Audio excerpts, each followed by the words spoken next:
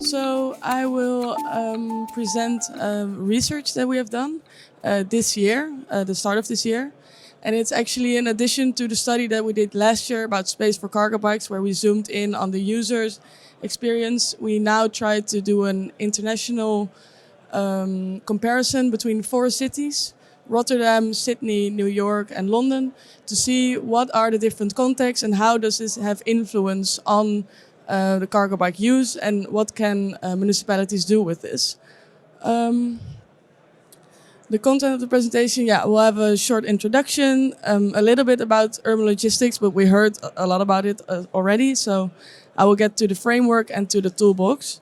And this toolbox is a practical toolbox which can be used in a flexible way to see, okay, what's the context and how can different tools have effect on the specific city.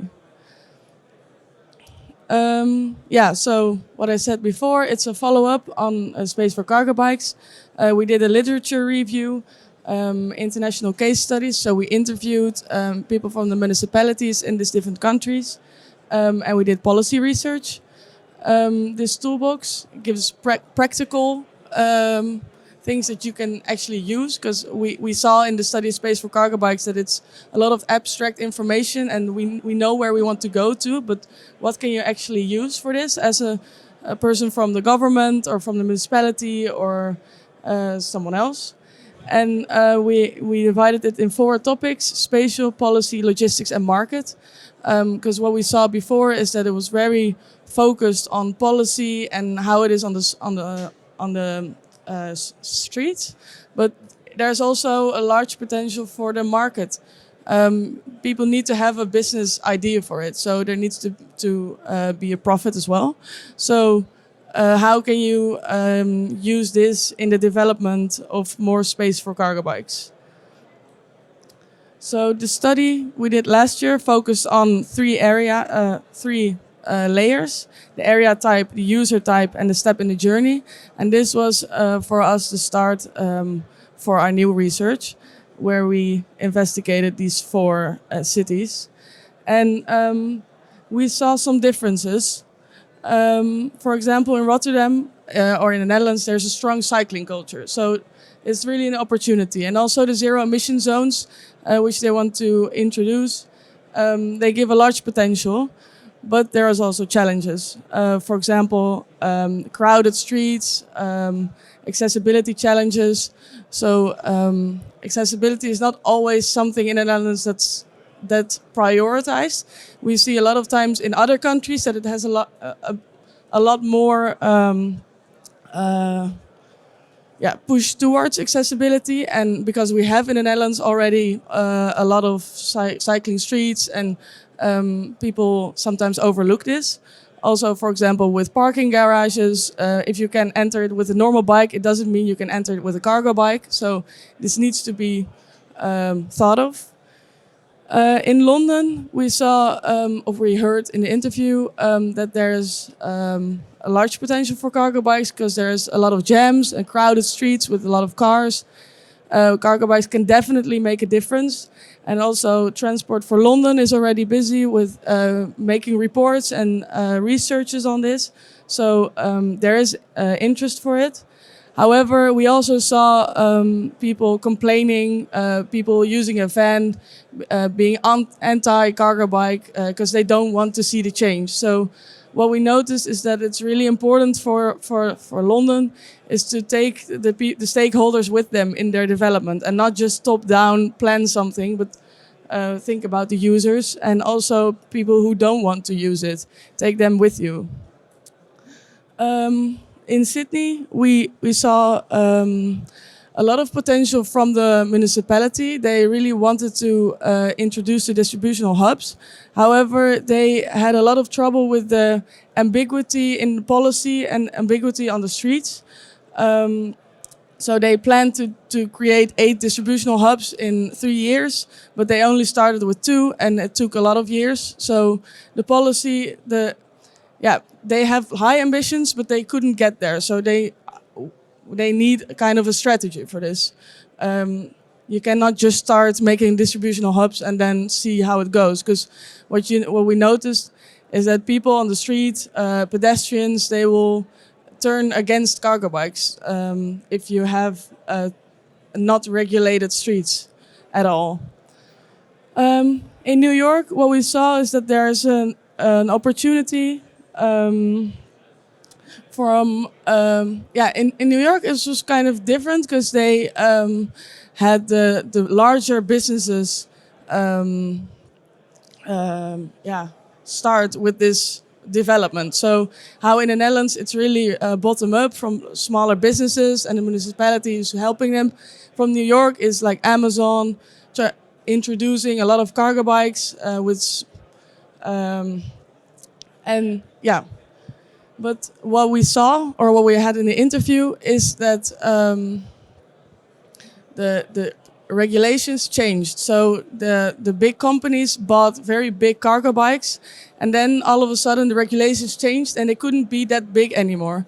So they had to get smaller, but there were already investments in this, and can really have a negative influence on investors who want to do something with cargo bikes. So as a government, you also need to have a longer term planning so investors won't back down out of this. So this led to a framework where we had these three types. What?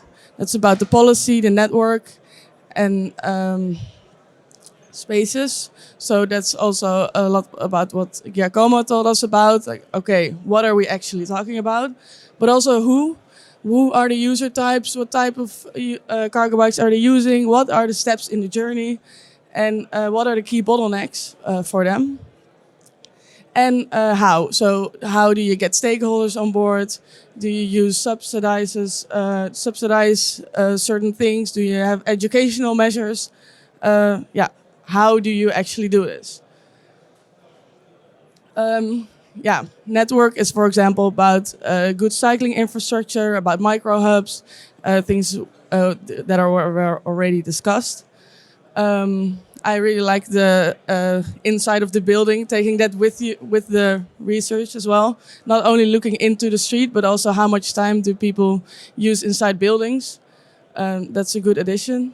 And also about inclusivity, accessibility. The who is about the barriers. So where do people want to load and unload? Where do they want to park? What are barriers for different user types? Maybe different cargo bike users or also have different barriers. So some need to park them on the street during the day. If you are working for a bigger company with a distributional hub, you can park it in the distributional hub during the night. So these barriers can be different for different users. And what I mentioned before, the stakeholder engagement, educational measures, also depending on who are you actually targeting, who do you want to take in this process, and what your target will be. So this led to the toolbox that we created. It consists out of three stages. So first, about understanding the situation. Secondly, about the design strategy. So how do you actually want to design this in your city? And then about implementing and monitoring. And for each of these, so this is toolbox. And for each of these three layers, we have looked into the four topics that I just discussed: policy, spatial, logistics, and market. So first so every city is different. And first you start with, okay, understand the current situation. Where are we in terms of policy? What types of zoning plans do we have, regulation plans? Make an overview of this. The second one is into the spatial one. Identify key areas and key infrastructure elements.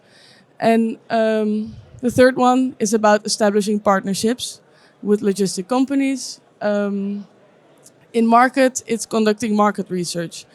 And for each of these tools, we have developed, for each of these squares, we have developed an actionable strategy and a tool. For the design strategy, it's about the development and implementing of policies.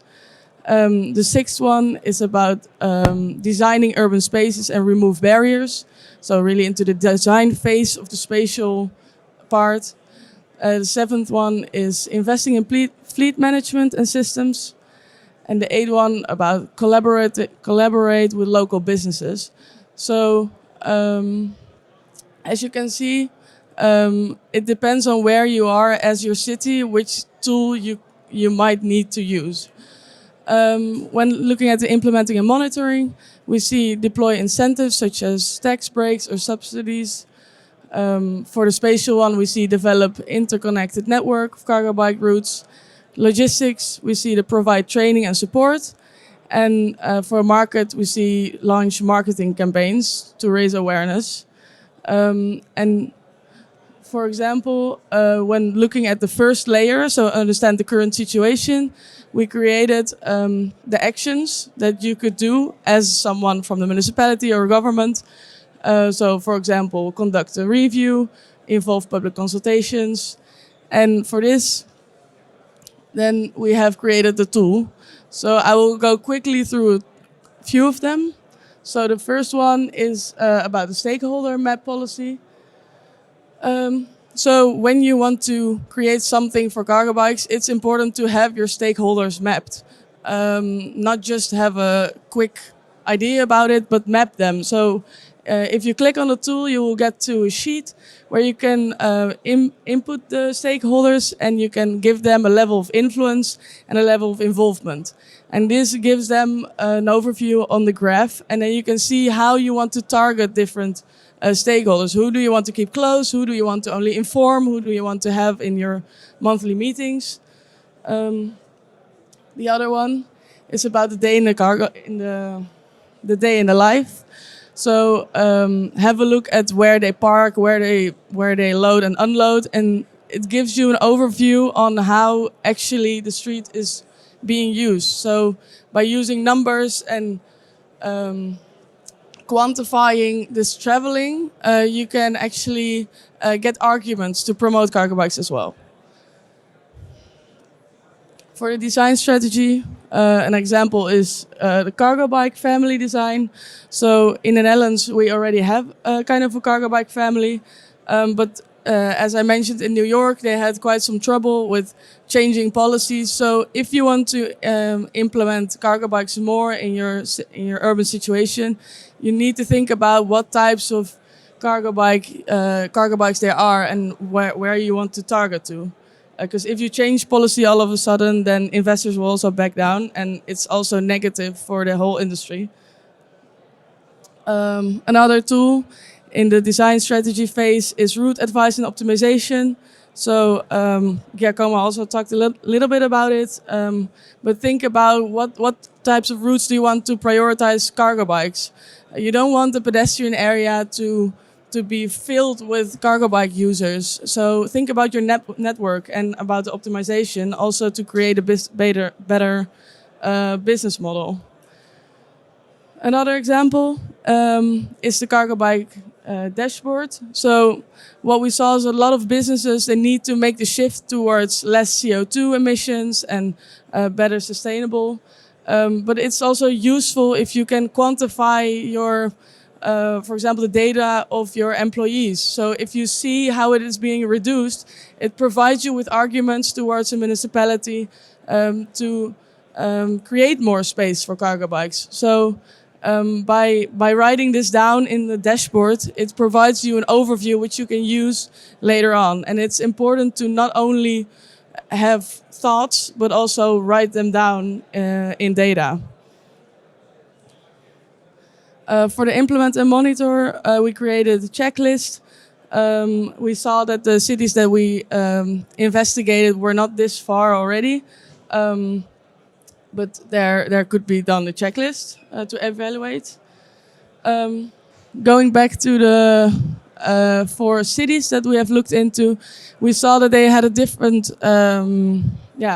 progress.